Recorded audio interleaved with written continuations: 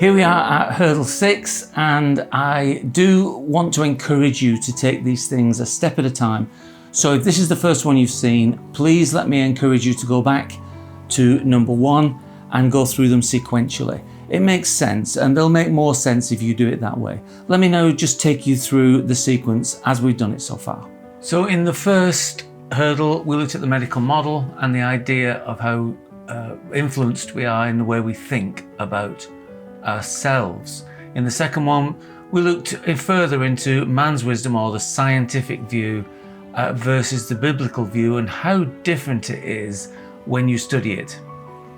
In hurdle 3, we looked at the idea of how important it is to move from a conflicted self to a harmonized self, and the way that Jesus taught this in John 17. In hurdle 4, we made sure that we understood the true nature of the sinful nature of ourselves, or what sin really is, as the Bible speaks about it in Romans. In hurdle 5, we talked about the multifaceted self and the idea that we're made in the image of God, and therefore we should understand ourselves that way. And here we are at hurdle 6, where we're going to look at the primacy of the mind. So here we are at hurdle 6, and I'm calling this the primacy of the mind, which sounds a little bit technical. All it actually means is put thinking first. That's all it really means. It means put thinking first. Now, the next point would have to be, well, put it first in front of what? So what I would say is, if we boil it right down to the gravy, as the Americans say, keep it as simple as possible, I would say that human beings essentially can do 3 things. We can think, we can feel, and we can act or behave. And of course, speaking, I would say speaking or talking is part of acting, it's part of behaving. So I would put it in that category. So those are the 3 things that I would say we do as human beings. And essentially, what I'm saying, which is what the Bible is saying, is put thinking first. So let me, you see, the point of this hurdle is to understand how much culture is affecting your thinking, right? Because the Bible doesn't want culture to affect your thinking. It wants absolute truth to affect your thinking. So if I was to ask you a question, if I was to say, well, in your present day culture, where you are right now, what of those 3 things would you say that your culture is privileging? Which of those 3 things would you say your culture puts first? Just think about that for a second. Doesn't take long, does it? I'm sure you got this one right. I'm sure that you went straight for feelings, right? That's where we are right now. Feelings are king. How you feel is what it's all about.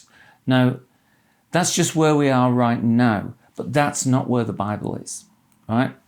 I'm not a historian enough to tell you when that started, but I can tell you the one before it. I would say the one before it, which lasted a long, long time, was behavior or acting. The cultural view that came before putting feelings first was the one that put behavior first. Now, there's a lot to be said for that, of course, because ultimately what we do is what counts in our lives. And I would say, Jesus did tell a story about that. And he said, well, which of these sons did his father's will? The one that said, I'm going to plough your field, father, and then just went off somewhere. Or the one that said, I'm not ploughing your field, but then later thought, I should really do that. And he went back and did the work. And of course, it's the one that actually did the work. So I'm not saying behavior isn't ultimately the most important. What I'm saying is this, and what the Bible, I believe, is saying is this, that your behavior emanates, originates, is produced by what you think. Everything comes from your thinking. In therapy, we have it as a saying. We say, everything starts with your state. So if you put thinking first, then, well, let me put it this way. I'll give you a general principle. I would say, if you get your thinking right, everything else in your life will come right. If you privilege behavior over thinking, then you will tend to dismiss what you're thinking about, and that will produce a very different kind of life. Even though you might be motivated towards a good life, you will find your behavior is going off tangent, even though you didn't intend it to. So it's fascinating to me when we think about the language the Bible uses. We can go all the way up to the Gospels and understand that up to that point, when the Bible says heart, it really means mind. And we're right in the middle of a cultural phase, if you like, as we have just said, that feelings come first.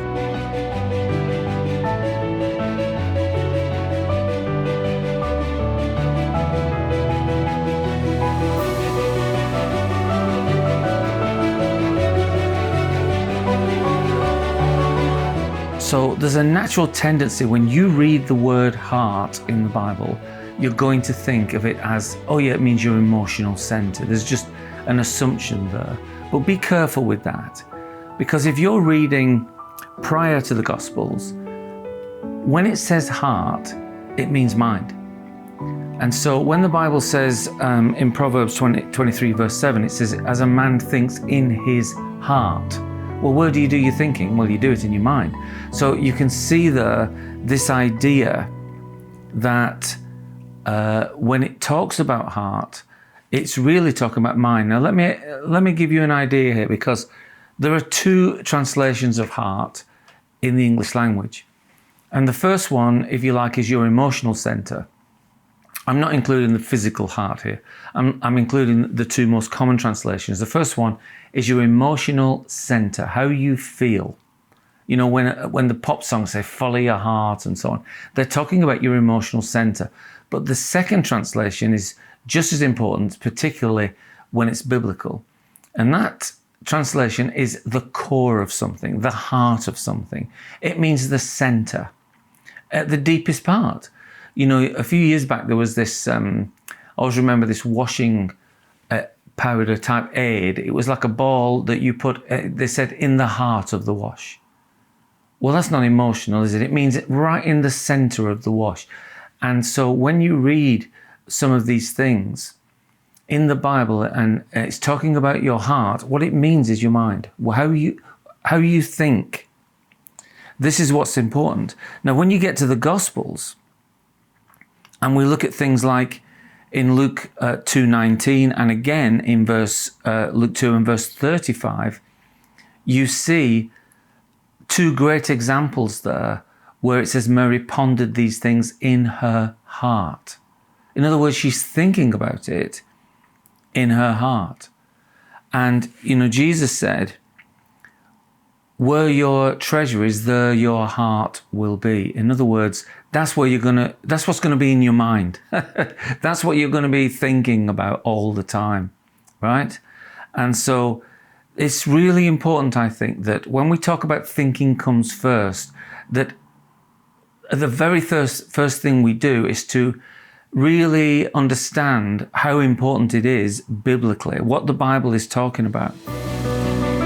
When in Philippians 4, I think it's verses 8 to 9, it says, think about such things. Now, at this point now, we're talking about the mind. And I think this is amazing. When we get to Romans, you could say, well, it's becoming very modern language at that point.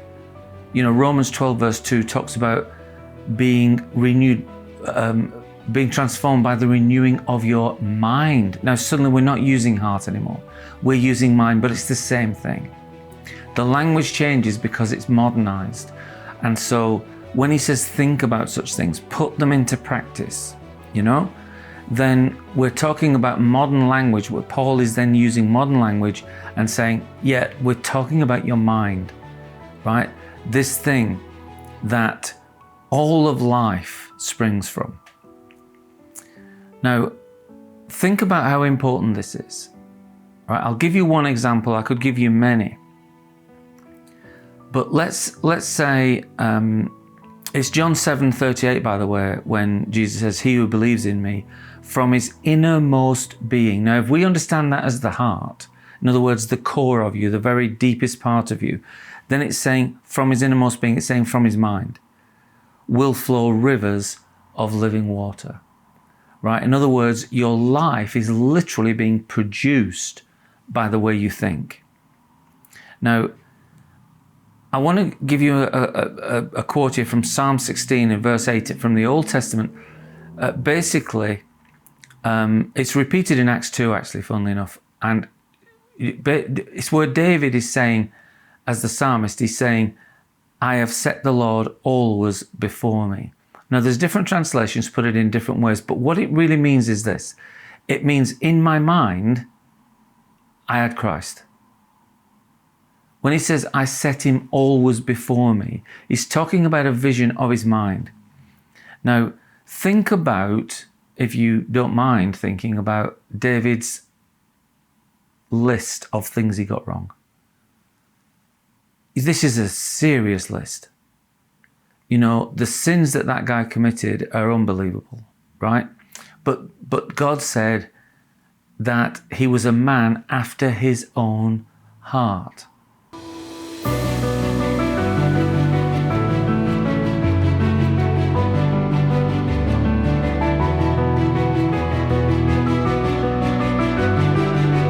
Now this is amazing, you know, as an example of how important the mind is, because although he got all these things wrong, and I don't know if most of us were running the world, I'm sure he wouldn't have been complimented in any way. But what God says is really telling. He says he's a man after my own heart. And what does he mean by that? You know, one of the lessons we can take from that is this, is that he got all of these things wrong, and it's an impressive list, right? But he got one thing right. He saw the Lord always before him. In other words, that if you have the mind of Christ, then even though you're flawed, even though you're going to make lots of mistakes, that you can still get one most important thing right. Now, I know that I've quoted this before, but I'll give it you again. Matthew 7, verse 16 to 18.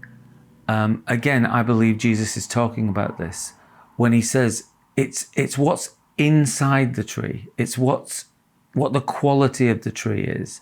When he says every good tree bears good fruit.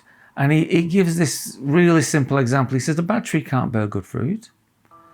You know, you can't think the wrong things and then do the right things. Now, interesting to qualify that, because of course you can, as in, you know, Proverbs 23 verse 7, where he's saying basically this guy will give you food, he'll do the right things, he'll look after you, he'll smile at you, right? And in the world, he will get a lot of things right, and he can think the wrong things and do the right things. But in the spirit, it will not be working. And you, in your discernment, should try to understand that, because there's a big difference. You see, because what Jesus is talking about in good fruit, he's not talking about being successful in the world. It's not the prosperity gospel Jesus is preaching here. He's not saying, you know, you'll have a great time and stuff like that. What he's saying is, it won't be good fruit if you're a bad tree, right? In the spirit, you will not be producing stuff that pleases God. But if you're a good tree, you won't be producing bad fruit, right? Even though you get things wrong, just like David. Even though you get all of these things wrong, so long as you understand, so long as you repent, so long as you get that right, then you can get all kinds of things wrong and still please God. As David was a man after his own heart. So you might say, well, if behaviour ultimately is the most important thing, and this was what culture told us for a long, long time, when I believe we were doing a lot better than we are now. Well, the reason that they put behaviour so importantly and first was because at that time, they didn't really know anything about the thinking. You know, there was no way of studying that. There was some theories, but basically, I mean, there's still a vestige of that today, I think, in schools, where kids are taught maths and geography and history and all sorts of things, but they're not taught to how to think about those things. And how do we think about those things? It's simply not taught. It's sort of assumed that they just think their way through it, right? But I think there's more we can do. And the fact that they couldn't study the brain in the way that we can now encouraged them to just say, well, ultimately it's what you do that counts. And I would agree with that. But now, in today's society, in today's science, we can study the brain. We do know so much more about it. And we know so much more about the relationship between the brain and the mind. And this has helped us enormously. But you have to understand it. And you have to understand that Jesus left us a model to work with. Hiding in plain sight, the idea of taking discipling as an idea inside is where we're headed. And we can only do that if we get over this hurdle. So the hurdle is putting your thinking first. So what are the takeaways from this session? Well, this is one of the most important hurdles, and it's the idea that your thinking comes first. And the first takeaway is that this is very hard to do. It's very difficult to put your thinking first, and the reason is very simple. It's because no one can see it. People can see what you do and they can listen to what you say, but they don't know what you're thinking. And so the only way to put your thinking first is to be more concerned with the spirit than the flesh. The second takeaway is the idea that your life is being produced by your thinking. And so in a way, this is the most important idea, is that whatever you're thinking is producing your life. Jesus put it this way. I've given you the biblical evidence for it in Matthew 7, when he says basically a good tree can't bear bad fruit and a bad tree can't bear good fruit. So I really want you to understand and to emphasize your thinking. What's going on up here? Because that is producing the quality of your life. So the third takeaway point from this session is to make sure that you don't mistake success in this world with success in the spirit. The idea that you can think in ways that are conniving and scheming, as in Proverbs 23. You may get success in this world, and maybe you will, right? But it's not success in the spirit. The Bible talks about what is pleasing to God. And so Jesus put it this way. He says, where your treasure is, that's where your heart will be. In other words, that's where your thinking will go, because that's what you actually treasure. So ask yourself this: am I laying up treasure in heaven, or am I laying up treasure in this world? So those are the three takeaways I would say to consider. And I want to say thank you for taking the time to watch this and to listen to this. If you choose to support the channel further, I will put a link to my Patreon page below. And I will look forward to seeing you on Hurdle 7.